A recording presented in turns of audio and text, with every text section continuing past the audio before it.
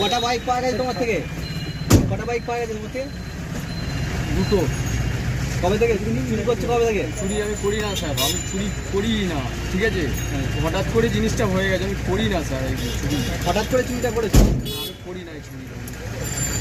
নাম কি তোমার? সন্দীপ। সন্দীপ কি মণ্ডল। সন্দীপ মণ্ডল।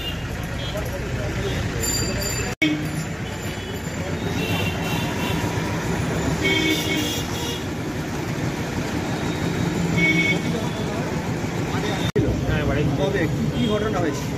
আমি 22 তারিখে মানে তখন লাগভাগ 11:30 বাজে বালিগড়িতে মানে কিছু মুদির দোকানে জিনিস কেনাকাটা করছিলাম। তখন মানে বাইকটা সাইডে রেখেছিলাম, রোডের সাইডে। তো আমার হাতে বাচ্চা ছিল বলে আমি বাইকটা চাবিটা নিতে ভুলে গেছি। তারপর আমি 2 মিনিট কি 3 মিনিট কেনাকাটা করেছি। কেনাকাটি করার পর এসে দেখছি যে এই বাইকটা নেই।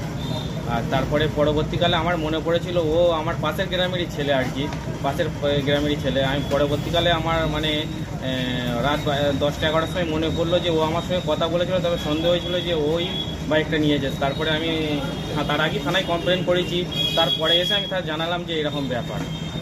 ওকে পুলিশের সাথে যুক্ত জানতেন নাকি? হ্যাঁ, ও এরকম কাজ করে, সবাই যেটা পাড়ার সবাই জানে এটা, এইসব কাজে ও যুক্ত আছে বলে। তাহলে কবে অভিযোগ জানিয়েছিলেন? আমি 22 তারিখে অভিযোগটা জানি। যেদিন চুরি গেছে সেদিন? হ্যাঁ, সেই দিনকে যাইনি। এই যে 24 ঘন্টার মধ্যে আপনার বাইক উদ্ধার হলো, প্রশাসনকে কি? না, এটার জন্য অনেক ধন্যবাদ, অনেক ভালো কাজ হয়েছে এটার জন্য, তাড়াতাড়ি কাজটা হয়েছে অনেক। আপনার বাড়ি? আমার বাড়ি বাগবাড়ি। আপনার নাম? জামশেদ মল্লিক। জামশেদ মল্লিক। হ্যাঁ। ঠিক।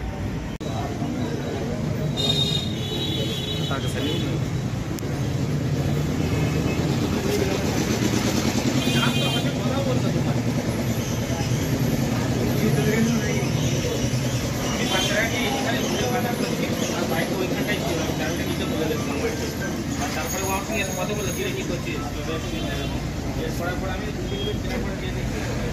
তারপরে আমার তো আর জ্ঞানে আসলে ও নিয়ে গেছে। আমি থানায় নাইনি করার পর যদি হঠাৎ আমার মনে পড়ে গেছে ও আমার সঙ্গে কথা বলে বাইকে বলতে ওর সাথে হয়তো ওই তারপরে সবাই জানাই সব সিসিটিভি ফুটেজে সব পাওয়া যায়।